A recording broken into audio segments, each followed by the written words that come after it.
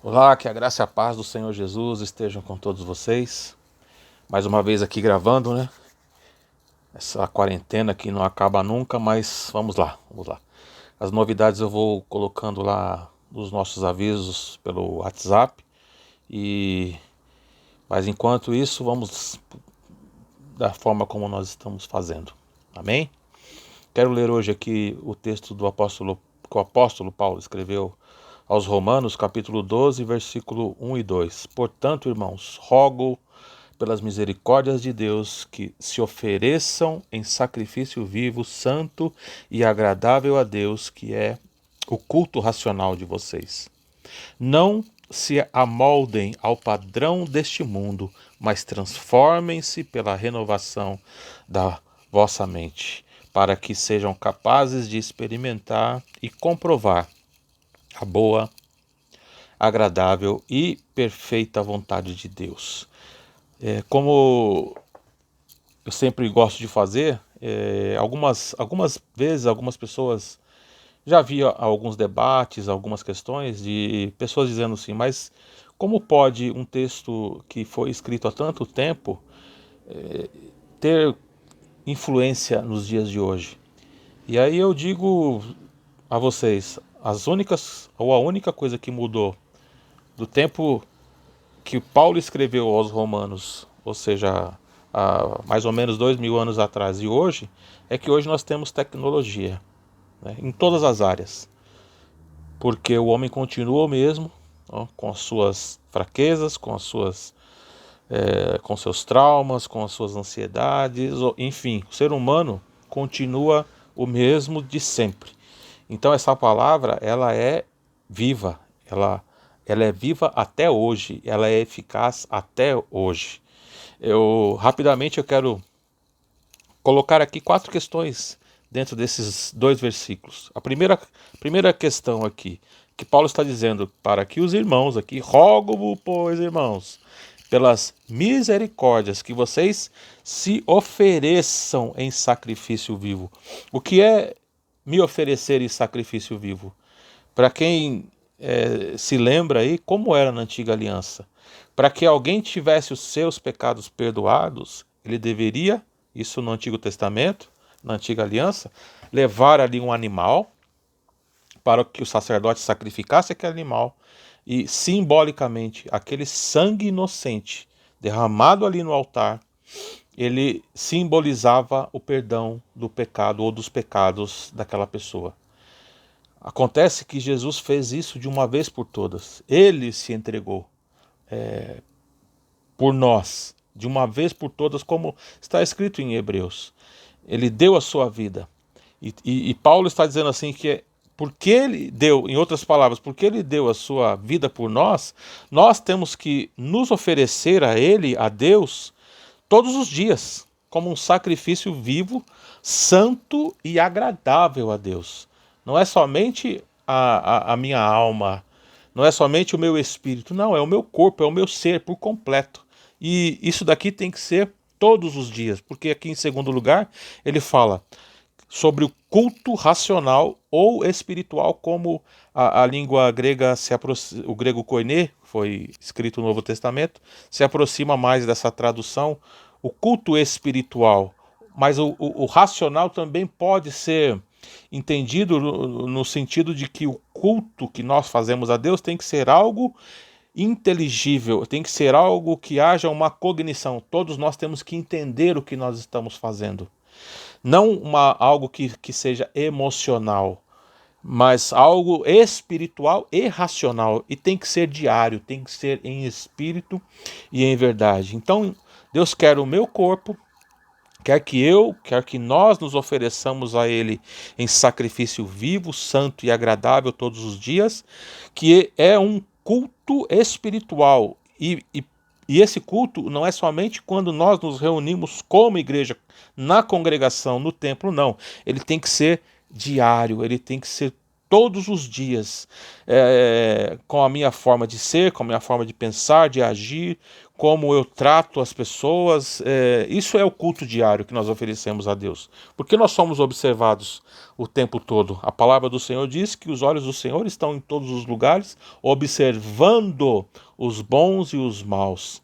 E em terceiro lugar, o apóstolo Paulo está dizendo: não se conformem, não se amoldem ao padrão desse mundo, ao sistema desse mundo.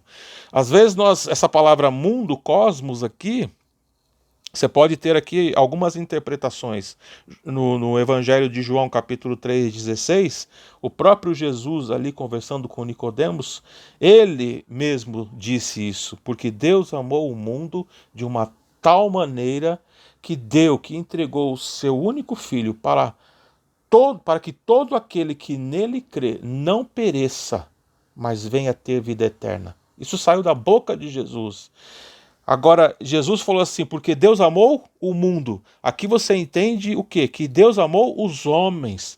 Deus, ele ama os homens, mas abomina, odeia o pecado. E o que Paulo está dizendo aqui é para que nós não nos conformemos com esse sistema mundano que permite tudo, porque no contexto aqui de Roma, como eu disse agora, a única diferença é a tecnologia, porque a prostituição existia, a idolatria existia, a imoralidade sexual em todos os aspectos que você possa imaginar, ela existia, a corrupção existia, ou seja, tudo que nós temos hoje, tudo que nós vemos hoje no sistema mundano, acontecia naquele momento. Então, o cristão, ele não deve se conformar, ele tem que viver uma vida contrária a que o sistema diz, a que as ideologias mundanas dizem que é correto, porque há muitos sofismas, há muitas deturpações, há um relativismo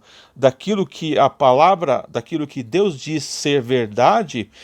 Hoje não existe mais verdade absoluta, e nós sabemos que Deus é absoluto, que a sua verdade é absoluta, que o que está escrito nas Escrituras é verdade absoluta, não tem o que mudar aqui, eu não posso mudar isso, porque até na Bíblia está escrito que há uma maldição para quem fizer isso. Então, não nos conformemos com esse mundo, com o sistema mundano. E também o que a palavra nos instrui? Que nós amemos as pessoas, mas não amemos o sistema. Não nos conformemos com a corrupção, não nos conformemos com o que nós vemos, ouvimos, lemos o tempo todo. É essa inconformação. Eu não me conformo com o que está acontecendo. É nesse sentido que Jesus colocou no Sermão do Monte: bem-aventurado aquele que tem fome e sede de justiça. E ele, com as suas atitudes, ele vai confrontar, ele vai protestar, ele vai falar contra o mal, contra o que está errado. Sem violência, sem quebrar, sem incendiar, como nós estamos vendo aí nos nossos dias aí, as coisas acontecendo nos Estados Unidos, aqui no Brasil e em outras partes do mundo.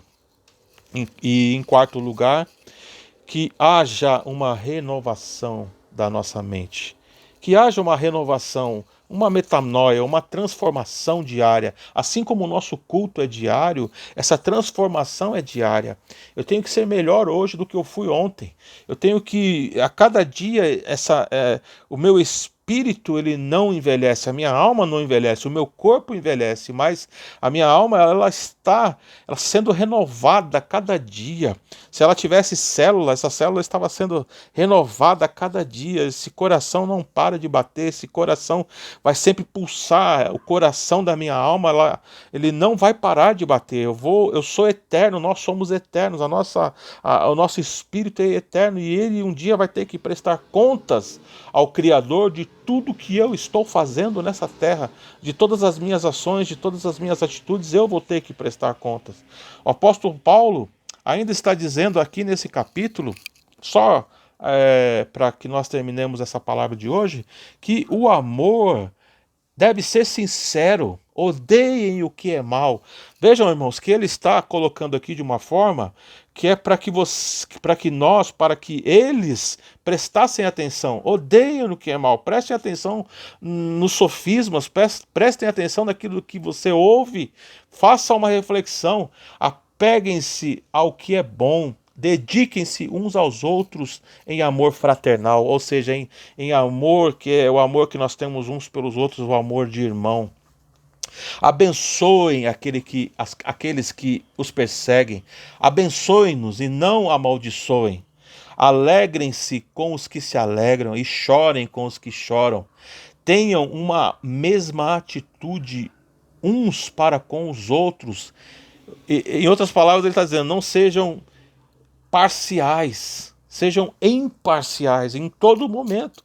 Você não pode ter agir com uma pessoa de uma forma, você age com aquela de outra forma. Não, que essa justiça, que essa imparcialidade faça parte da sua maneira de ser. E não retribuam, que Paulo está dizendo aqui lá no verso 17, não retribuam a ninguém mal por mal. Procurem fazer o que é correto aos olhos de todos e façam todo o possível para viver em paz com todos. Todos. Tem pessoas que falam, não, mas com esse daqui dá para viver, mas com aquele ali a gente não, sabe, não lemos na mesma página, não estamos olhando para o mesmo lado. Mas, irmãos, isso aqui é a palavra de Deus. A igreja, lá no quarto século, decidiu, o Espírito Santo inspirou aqueles homens para que isso fizesse parte do cânon bíblico, faz parte da Escritura, é palavra de Deus, e a palavra de Deus está dizendo para que nós temos que fazer todo o possível, né? O que estiver ao teu alcance, para você viver em paz com todos. Amados, nunca procurem vingar-se, mas deixem com Deus a ira. Deixem com ele, deixa que ele resolve, pois está escrito, minha é a vingança, eu retribuirei. Não é o que está escrito lá em Deuteronômio? Não é o que nós escrevemos durante um devocional dessa semana, em um dos dias? Ao contrário, se o seu inimigo tiver fome, dê a ele de comer. Se tiver sede, dê a ele de beber. Fazendo isso, você amontoará brasas vivas sobre a cabeça dele. Não é o que está escrito em Provérbios. Lá na antiga aliança, ele está apenas replicando aquilo que o Senhor já estava dizendo há muito tempo. É o mesmo Deus, é o Deus do Antigo Testamento, falando no Novo. Ele só mudou algumas questões aqui que nós podemos falar em uma outra oportunidade. Não se deixem vencer pelo mal, mas vençam o mal com o bem. Em nome de Jesus, que essa palavra seja viva no teu coração, que ela possa ser eficaz, fazer aquilo que o Espírito Santo quer fazer, quer mexer com a tua mente, quer mexer com a tua forma de ser, como ele tem mexido com a minha, como ele tem mexido com a mente e a vida de tantas outras pessoas que estão aí fazendo a vontade de Deus. Gente, reflitam nesse capítulo mais uma vez. Reflitam, leiam, releiam. No capítulo 13 ele vai falar sobre a submissão às autoridades. Prestem atenção no que a palavra de Deus diz. Prestem atenção. Nós ouvimos tantas coisas e eu fico pensando, meu Deus, será que as pessoas não entendem aquilo que Jesus disse? Examinai as Escrituras porque elas testificam de mim. Que essa palavra é para nós hoje. Ela não foi escrita para ficar lá parada, para ficar aberta em algum salmo, como se fosse um amuleto, alguma coisa para espantar os maus espíritos. Não, essa palavra ela foi deixada para que nós lêssemos, para que ela entrasse em nossos corações, como o salmista disse, a tua palavra eu guardei no coração, ou seja, aqui dentro da minha alma, para não pecar contra ti.